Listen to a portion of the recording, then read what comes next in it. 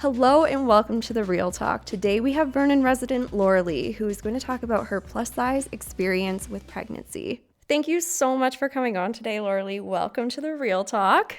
Thank you for having me. Yeah, I'm so excited to get into this. So before we get too deep into your story, could you explain to our viewers the importance of knowing your rights as a patient in the medical system? I think it's actually one of the most important things in Canada in care is to know that you have the right to refuse and you have the right to speak up about it. There's a list of rights that you have and you can advocate for yourself. And one of the biggest one is the right to say no. I didn't know this actually. When I was going through and researching these rights, I had no idea. And I feel like a lot of people are just so used to being told, no, you can't do that, or there's not alternative treatments, anything along that. So yeah, it is very interesting. I actually didn't know until becoming a care aide, and believe it or not, it's listed all over in hospitals and care homes, but they're so small and on the walls where you wouldn't even look that you wouldn't be aware of it. So it's very sneaky a little bit. It should be in every room, and I think everyone should be told. When you were only 12 years old, you were told information about your health that changed your life forever. So what were you told, and how did this shape your outlook on healthcare? I was told at a very young age that I would not be able to have children. I had gone into emergency care for some pain that I was having, which turned out to be cysts from PCOS. And I was told that it's a very slim chance even then. So I kind of just continued my life thinking, I was going to find alternative ways to fill that kind of child void. And it kind of always panned out to be dogs. For a long time, it was dogs. I mean, they're fur babies. I get it. 100%. Yeah. And for those who don't know what PCOS is, it is polycystic ovarian syndrome. And essentially, it is just a chronic illness where cysts form on your ovaries, and there's really nothing you can do about it.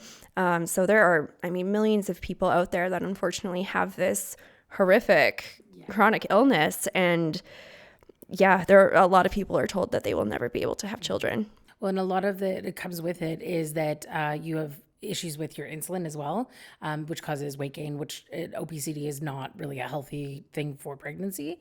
It doesn't make it a no, but it definitely does make it more difficult to produce eggs and have a healthy term for sure. Right. And to lose weight as well. For your teen years and leading into adulthood, you struggled with other reproductive health issues and neurodivergence too. So when you tried to get help for these things, you were often overlooked, right? I actually wasn't even diagnosed until I believe it was 2018, slowly, just before the pandemic, with ADHD and insulin resistancy, which was a huge problem for me because I've done every diet possible that you could think of from A to Z, and I've gone crazy over it trying to maintain proper eating and exercise, and no matter what I did, I was not getting the results as person A and B. So I would go in and I would go to the gym excessively. I would eat the same meals every day, and that was the only way that I could maintain a little bit of weight loss. But at the end of the day, that's not really a lifestyle for you. So being diagnosed later in life, it definitely did help me realize that there was correlation to my weight loss as well as this PCOS. So I was able to actually gain proper medical access to proper therapies, whereas before I was maintaining such a harsh restriction in diet and exercise that I wasn't enjoying it, but it was working. So I almost had no choice but to maintain this almost unrealistic lifestyle to maintain any sort of weight loss. So being able to find different medicines and therapies that actually worked was a whole new flip for me. I was able to regain a lot of mental health clarity as well, which I couldn't previously because of the ADHD. With that as well, I'm sure every time you went to a doctor, it was always weight related. It always seemed to always go down to that. So it was you have a cold. Oh, you should probably lose some weight. It was always one of those things. It was never hey, maybe we should dig into this deeper. But I started doing a lot of my own research. And let's be honest, TikTok, the whole ADHD talk really gave me a lot of hints and flaggers that I'm oh, okay, yeah, check, yes, check. And so when I took that to my doctor, she was able to take me through the proper testing, which I recommend for anybody, not to self-diagnose off TikTok. It's a great resource, but get some help professionally. Once she was able to find those flaggers for me, then we were able to kind of narrow it down to proper treatments, and it was a world of difference. Instead of just constantly being oh yeah, you need to lose 10 pounds and then we can talk about a new medication, or you need to lose some weight and then we can talk about maybe this. It was like, okay, let's figure out why you can't lose the weight. And that's kind of where we landed. Yeah, it's finding the root cause for everything rather than just, trying all of these things that aren't working. Absolutely. And like I said, I was like literally eating the same meal every day, didn't matter what it was, and going to the gym almost twice a day just to maintain like a significant, like maybe 1 or 2 pound drop. So in May of 2023, you actually went on to a weight loss medication. Can you tell us about this and how your health improved because of this medication? I saw results almost immediately. The medication is an injection once a week. So within the first week, I'd already lost 5 pounds. And typically on that drug, it's about a pound a week you're supposed to lose. So my body was super receptive to the help that I was getting from my insulin. That's when we began to discover that I had an insulin resistancy, which that means no matter what my body eats, drinks, like I could have either a pizza or a salad, and they would translate to the exact same thing in my body. So my body would produce the insulin needed for a higher sugar, and that would store the fats. So that being on that drug was able to get me into a key place where my insulin would tune itself out without having to do anything with insulin or anything like that. So I was super receptive to it, and it began to become like magic. Within, I think, under 3 months, I had lost just over 60 pounds. Wow. Yeah, which previously I'd had a weight loss that crazy, and it took me almost a year and a half.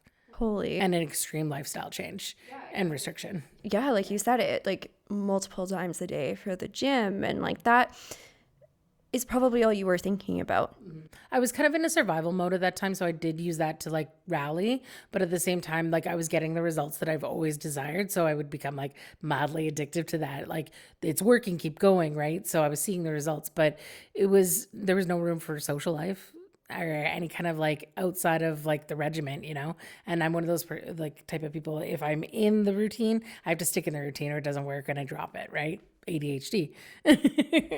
So you and your husband have lived the DINK lifestyle. And if you don't know what DINK means, it means double income, no kids. And you traveled tons, and I loved hearing about all of your stories. And you lived a really fulfilling life without having children. And it was just the two of you, and you had so much fun together. But when you started losing weight, you started, joking about potentially starting a family. So how did this conversation evolve? So we decided we were going to do a little bit more local traveling, and we'd headed out to Victoria, and we were just having a good life. And I was like, this would be kind of fun to share with a kid. And I like joked with Caleb, and we were on the ferry, and I was like, we should start a family. And he's like, we're not going to do that. And I was like, no, we're not. And we laughed so hard about it. And then continued to eat our popcorn and live like this really fun trip on the ferry. And I had been taking this drug that sometimes gives you like you feel a little ill sometimes. So during the trip, I'd felt like kind of sick, but also like was super hungry, which was weird for the drug as well. And so after we'd gotten home from that, I still continued to feel sick. And one morning I actually got ill, and I was like, okay, this is really weird. Like, this is not the time, nor this is none of the symptoms that I've had either. So I took a test, and sure enough, I was pregnant. Oh my gosh. So the whole time we're joking about having a family and how we're never going to do it, I was already 4 weeks pregnant. The odds were not high, but they were there. Yeah. And like myself, I'm 37, my husband is 40. So this is not like the time you would be planning for children typically. So we were definitely shocked for sure. So something that started coming up when you went for all of your baby appointments was the body mass index, which we will call BMI. And essentially it's used to estimate the amount of body fat by using your height and weight measurements. It was created in 1830s without a large range of body diversity. And let's face it, it's a little outdated. That's my opinion, and probably yours too. Definitely. And I've heard that a lot, actually. A lot of people are trying to abolish the BMI. It has no place in the healthcare system. If you want to go to naturopath and talk about things like that, absolutely. But when it comes down to it, I was constantly reminded of my BMI, and one of my obstetricians who I've pretty much fired her as soon as we were able to. She would continuously weigh me at every single appointment. And I understand that there's some things that you need to know in pregnancy, but realistically, I don't know if you know this, you're only supposed to gain 3 pounds in a pregnancy. I did not know that. I don't know anyone. Like I could look at a scale and probably gain 3 pounds. That's the difference between having like a breakfast before showing up for the appointment. They want you to, per trimester, you're supposed to gain 3 pounds per trimester, I believe it is. So 9 pounds throughout your whole pregnancy. Wow, because I feel like most people I know gain at least like 20 to 30 minimum. Yeah, absolutely. And there's no reason that that restriction should even be put up there. There's an idea of a healthy pregnancy, and I think that should be advocated for. But the obstetrician that I had continuously talked about me still being on the weight loss drug while pregnant. And she was like, "So are you still taking it?" Immediately when you're done and you're done breastfeeding, I think you should go back on it. And she just continuously went back to the BMI and how this weight loss drug is something I should continue for the rest of my life. Oh my gosh. And did she want you to do it during pregnancy too? No, but Okay. she was like, I had overlapped. Obviously, I didn't know I was pregnant, so I had just taken an injection. But she was like, "Oh, so you're still taking it?" And she didn't seem like bothered by that at all, which concerned me in the first place.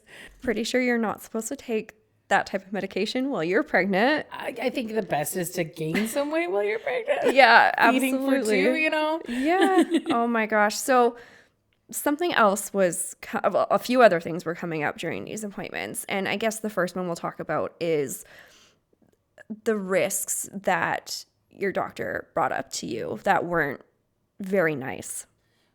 It wasn't like I'm a very realistic person and I do like traditional healthcare. I believe in talking to a doctor, and obviously that comes with a grain of salt too. I want you to take what they say professionally and what you feel and your beliefs and then work together on that. You don't just take for church what they're saying and really think about how it applies to you and your health. But with this, she just continuously would remind me about the negativity. And the first thing she said to me within 10 minutes of my appointment is, "We need to talk about the fact that you possibly, more than likely, are going to have a stillborn baby." And I was like hormonal, didn't know I was pregnant with a girl, which you could be even more hormonal during that. And I began to cry. And all she said to me was, "Well, your BMI is so high, the risk of it is just so high that we have to be realistic here, that you could be leaving with a stillborn baby." And I just was in shock. I couldn't believe that she delivered it in that way and that she had just thrown it out there like, "Hey, your baby's going to die." And I felt like I had no chance in my pregnancy, and it put a huge risk. And like, I was terrified for the whole time. Like, later in the pregnancy, I ended up becoming preeclamptic and bleeding because of complications that she missed. I had said, "I think I might be getting preeclamptic." And she kept just saying, "Well, I think you're carrying a lot of water weight." And again, reducing it down to weight.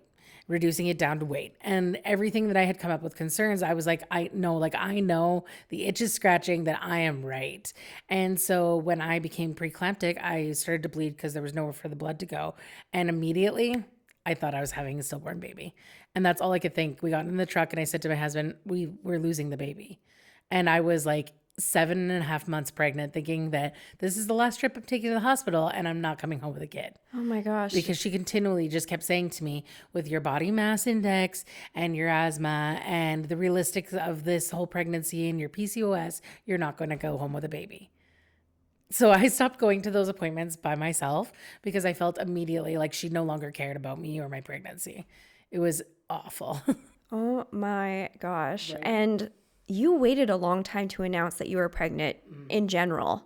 Yeah. I had a lot of history with losing pregnancies, and my husband and I, like, we talked about it. And originally in the first 5 years of our marriage, I wanted to have a baby. And then I got to the point where I was like, we're living a really good life. And I think we'd be really fulfilled without a baby too. So I kind of closed the chapter and was like, this is done for us. And then surprise. Yeah. And I mean, you lived also like the fun aunt lifestyle. Yeah, I felt completely fulfilled for my nieces and nephew and the relationship that I have. It was so nice to like love them and leave them, take them home. Absolutely. So another part of what your doctor was bringing up consistently was diabetes. Yeah. So early on, most people go for diabetes testing, I think around 27 weeks, which is routine. From the day that I stepped into her office, which was probably, I think I was just over, I want to say 15 weeks. She sent me immediately for diabetes testing based on my weight. And she's like, nope, you're going to have diabetes. And I said to her, like, I was terrified because my whole life being bigger, I've been scared of diabetes. I have a huge phobia of needles. So knowing that I would have to take insulin more than once a day was just like unfathomable. And I was already taking this weight loss drug, which like it took me 25 minutes to administer a shot when I had to do it. And at one point, I think I did a bad injection and almost passed out in my bathroom alone. Like my husband wasn't giving me these shots because I was such a baby about it. So I wasn't ready or willing to do the treatment for that. And so when she sent me and it came up positive, instead of suggesting what most people do is change their diet and go onto a diabetic diet, which has great results. And a lot of people are able to lower their A1C during pregnancy enough that they don't need insulin. She from day one pushed me to go on insulin. And of course, I advocated for myself until it was absolutely at the highest that it could be. And then when it was actually at a point where I'm like, okay, well, I can't control it anymore, I will take the traditional therapy. And I actually had to go on insulin. But if I didn't advocate for myself from the beginning, I would have had to take probably throughout my pregnancy 500 needles. Oh my gosh. Yeah. And for someone who doesn't want them in the first place. Totally. Absolutely. And that was the worst part, right? Like I didn't feel like any of that was even considered. It was just like, you're going to do this and you're going to like it or not. From early on in your pregnancy, your doctor made a pretty shocking recommendation when it came to where to deliver the baby and why. So what was this recommendation and how did you handle this news? So from day one, she pushed that I needed bariatric, which is obese care, for my pregnancy and delivery out of Vancouver.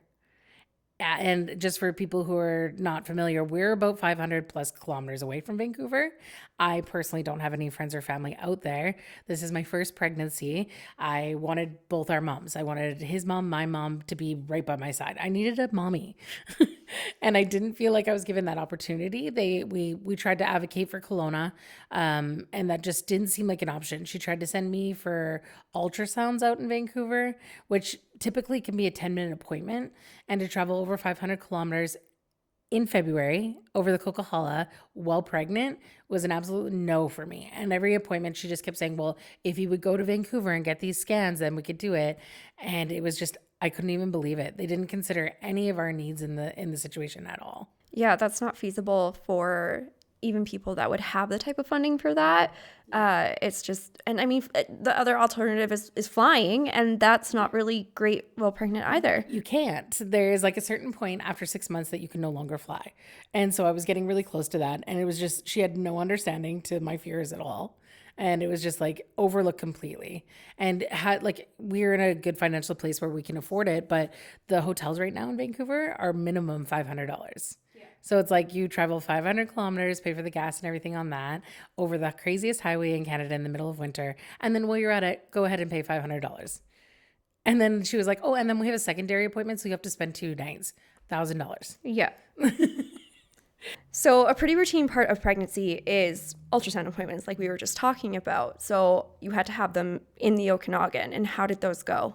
So I felt like, first of all, we weren't given a fair shot. And the lady, when she was scanning me, actually made me feel repulsive. She constantly was like, can you move your apron, which is like a lower hanging belly. It's called a panouse, if you were wondering. That's the medical form for it. And every scan that we had, I constantly, because we have access to our medical records on our phones here in BC, I would check after to read my reports. Being in medical, I can read all the jargon. And every single explanation as to why they couldn't get a full anatomy scan of my baby or find out the gender was, it said maternal body too big, basically assuming that I'm too fat for them to be able to see the baby. And it would say maternal body, very difficult to see, gender or anatomy of baby. So every time I went to the clinic here, which I'm not going to name, we have a radiology clinic in town, plus you can go to the hospital. The lady basically wouldn't give me pictures. And the pictures that she did give us were very abstract and like not of anything. Like at one point we got a femur. Like, who wants to go home and be like, Mommy, here's my baby's femur? Like, first femur, like it's not an enjoyable keepsake that you want to have. No, that's obscure. Yeah, like my mom actually thought that we were joking at one point because she couldn't make out anything in the scan to be like an anatomical baby at any point. So after having a struggle with that for so long, I actually reached out to the other doctor. I had two OPs during this. One was really great and one was really negative. And the really great one said, well, why don't we send you up to the hospital? And the ladies at the hospital were so sweet and kind and like caring. And I kind of explained, like, I don't like to bash other healthcare providers, if you know, but you do need to let people know your experiences. And try and be the most neutral you can be in that point, right? So she told me that quite often happens with larger ladies here. So it definitely wasn't just me feeling that way. No, and it's just sad that people have to go through that.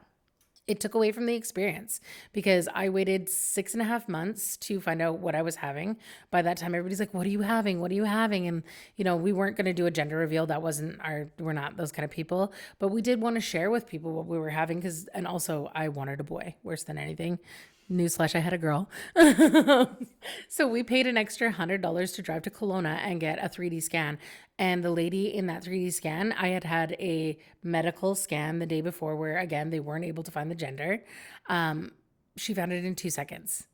She literally was like, oh, okay, gets a scan on. She's like, yep, found it. We're like, are you joking? She's like, no, your body is not hard to find the scan. And I had tears of like joy and relief in my eyes because I was like, thank you. Like, I would pay $100 every time to hear that. Well, not even just that, but like, what were they actually seeing at these other scans? And I know, like, I've been for ultrasounds too. They're fast. They pump through people, who knows how many people a day. And I understand that. But it's that reality of like, wait a second, if you took just a little bit more time. It was an absolute affirmation that it was to do with my weight. Because the way that she found it so quickly, it was like, and I had addressed that with my doctor. I said, I really need you to ease my mind here. How is somebody who's not technically trained, like she was trained in everything, but I said, how is she able to do that on her home machine quicker than we could do it in healthcare? And my doctor gave me a bunch of jargon and excuses as to why it could be. But in my mind, I was just like, no, I know why. So during this time, I mean, of having all of these appointments and being told you're too big to find out the baby's gender, BMI, BMI, BMI, you were really struggling with body dysmorphia. And this is something you had never struggled with before. My whole life I've been a large girl, and I've always prided myself of not letting that get to me. I've advocated for women to just feel beautiful no matter what. But this is the first time in my life that I was starting to look at myself in the mirror and question my size. And like, I may be a little hormonal right now, but it makes me teary to think about because the healthcare system shouldn't break somebody down to that point that's had 37 years of confidence in a 300-pound body. Like, there's no way that I should feel that way because I got pregnant. And I was just like shocked that I actually had feelings of dysmorphia. And I said to Caleb, my husband, I just couldn't believe that I was feeling not great about a little bit of curves or extra, like my stretch marks were really big. And like, I've had those stretch marks since I was like 10, you know, since puberty came in. So to feel that way because of the healthcare system and the constant berating of my body, I started to advocate for myself. And like a couple times my doctor had a doctor student, and she was like, is it okay if we scan you today? And a couple of those times I just said, you know what? No, I don't really feel like it. Because I just said to my husband, I don't really feel like there's a 19-year-old doctor here. He's young, and I don't want to really be like, here's my belly, you know? And realistically, that's his job. But I was starting to feel really self-conscious about it. And to the point where I didn't even do a maternity shoot. And then it was too late. When I finally convinced myself, like, you'll regret this, I was already pushed to emergency care, stuck in Vancouver. Yeah. And something about Lauralee is that she's actually modeled for like a plethora of companies. She's been in print ads, social media ads, like all of these different types of like photographic, you know, things that make you feel confident and make you feel good. And for her to say that she didn't want to do a maternity photo shoot it's a lot. It's crazy because I plus size modeled around the Okanagan probably for about 4 years now. And it was the first time in my life that I was like, I don't want to remember how I look. And that's crazy to me because I'm like the number one person that tells everybody do maternity. Like, I dabble in a little bit of photography, family portraits. Maternity is one of my favorite because you make women feel so beautiful. And to not want that for myself, I knew something wasn't right. And I'm glad that I was able to be in a spot where I recognized that this was because of the avocation of healthcare. It wasn't something that was brought on by my husband, myself, or media or anything. It was solely of those appointments of being told that like, you're going to be, the only reason that you don't have a baby is because of your weight. And it's going to be your fault because you've gained that weight. Yeah, and I'm sure with that as well, having photos to remember that you didn't have a baby if that were to happen. That was a huge part of it, is like they always tell you that there's these markers to get to these certain spots, and I was always scared that I would get there and it would be taken from me. So I was like, like it just was, everything was on the edge, always being like, well, I can't really enjoy this because what if I don't get it? It was always like, it was like going for job interviews and then worrying if you're going to get the job or not all the time. So it was like, can I be a mom? Am I going to be a mom? To still the point now where like I was driving here and I was like, it is still weird to me that I am a mom. Like I have a hard time. Sometimes I say to her, Auntie's got you. And then I'm like, oh wait, mommy's got you. I am your mother. Yeah, totally. And I'm just like, it's very weird for me. Along with these appointments, you experienced some really unsolicited suggestions to permanently alter yourself and your body. What were these suggestions? It was more so if you've worked in sales, you know that to sell sales, you kind of suggest things in a manner that would make people feel like stupid if they said no. So one of the things are, and you take the insurance, right? And you would like this, right? So what came out of my doctor's mouth was, and you're getting your tubes cut out, right? And essentially in that appointment, I thought to myself, well, we actually didn't want to have babies in the first place. So our miracle baby, our one and done, will be more than suffice. And I immediately was like, yeah, no, absolutely. Like remove the factory. I'm ready. But now I think about that appointment and I think about, had I been somebody different who was more vulnerable and I didn't educate myself or actually truly want that for myself, you're basically forcing people into sterilization without them even realizing what that means for themselves. And not just tying your tubes, cutting your tubes is the most permanent you can do. There's no reversal there. So she kind of knew what she was doing. And she said that this was such an unhealthy pregnancy that I probably wouldn't want to put myself through it twice. So she basically was like telling me to volunteer my ability to have more babies. And again, I did make that decision on my own, but I did walk away from that appointment thinking that was a pretty heavy-handed suggestion, if you ask me.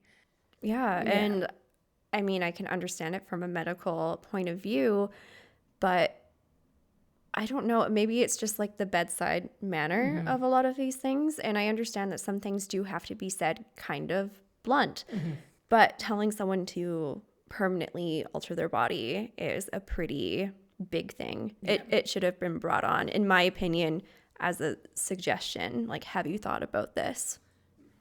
There was no education to go along with it. Like, I think I should have even left that day with some pamphlets or something that maybe like suggested what the procedure was or what my options were or why that would be a good reason. But it was basically like a suggestion of like, this is what you're doing and like, don't ask any questions. How did your experience of pregnancy and navigating the healthcare system differ from what you expected it and wanted it to be? And how did these differences make you feel throughout the process? It dampened a lot of the experience. I went into it thinking that it was going to be more magical. And I think a lot of women do. It's a really happy time for a lot of people. I feel like I was very fear-based. It was very fear-driven. And I kind of like, it was a finish line. When I ended up having my child and she came out spotless, perfect in every manner, there was nothing wrong with her health. I had been very scared into thinking she was going to have diabetes and all other things like that. When it finally was done, I was relieved, but I was also super saddened because I felt like a lot of those fun touch points of pregnancy were gone and I never got to enjoy any of them. And my tubes were removed. So this was the last and only pregnancy that I was going to have. So it's kind of one of those things that now that it's behind me, I just want to walk away and just take my experience for myself and just know that at least it gave me a safe, happy, healthy baby. So in this time of, being pregnant and all of these appointments, you did actually decide to have your baby at the hospital in Vancouver. So what was the treatment like there? It was actually an emergency decision. We had no choice. I was airlifted out as, like I said, my preeclampsia went unrecognized. And then I was actually told that I was going to deliver immediately. So there was a 5-hour gap where I was being flown out in 45 minutes, told I was having a baby immediately. And my husband had to basically chase the ambulance. And so it was terrifying. But as soon as we got there, we had an amazing doctor. His bedside manner was the most amazing ever. We had gone down a week before to talk to him about possible deliveries, which I'd already said on the way home, it's never going to happen. Basically was going in for a trip to Vancouver with my husband as like a baby moon. I was taking it as like a good time. So when we got there, the care from the hospital workers was way better than we could have imagined. And so even though it was a circumstance of kind of negativity and accident and scary times, it was the best decision and the best choice. And if we could choose now again, we would go back every time. They treated us perfectly well. The gentleman was a specialty in bariatric care and women that were pregnant. He never once weighed me. He never once took my blood sugars. He immediately recognized how swollen I was and was like helping massage out the edema, which is swelling from water weight in my feet, and was like, "Oh, you poor girl, like it must be so sore." Whereas my doctor would just look and be like, "Yeah, BMI. it's water weight. You should walk more." And he really made me feel seen and heard, and that was just amazing for us. Yeah, because it was supposed to be a pretty extensive delivery. Yeah, right? I was going to be actually the first time for him and any of the obstetricians here, I was going to be cut horizontal instead of laterally, which is like really crazy. But just because of the shape of my body and where everything rests, they were going to do this like crazy surgery. So I actually snuck out with a regular C-section cut and just vacuum treatment, which is a bandage that holds pressure so that it makes sure everything stays nice and tight and the stitches are able to heal. Wow, I've known a few people that have had that, and it is a really effective way of healing. Yeah, especially if there's any question with the skin, like not being able to latch. So it was great. After continuously being treated poorly by your doctor in the Okanagan, you decided to drop them, as you mentioned earlier. So what was the last straw with that doctor? My final visit, she had never treated me the way that she treated me when my husband was in the room with me. And at one point she came over and without asking me at all, she put her hand on my shoulder and was talking to me like a baby. My husband even said it after. He's like, she was treating you like an infant, 100%. And she kept saying things like, "I really want the best care for you, but the condition that you're in, I have to treat it with special circumstances." And she was like, "Because of your BMI, it is a high risk and we need to make sure that we have you managed." Never talked about the mental health of losing a baby or if there was any support groups or anything like that. Just continually harped on the negative part.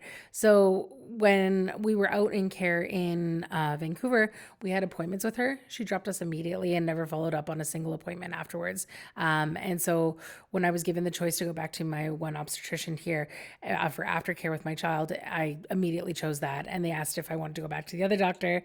And I said, in no way, shape, or form do I ever want to speak to that woman again. If our listeners could take away one thing from today's interview, what should it be?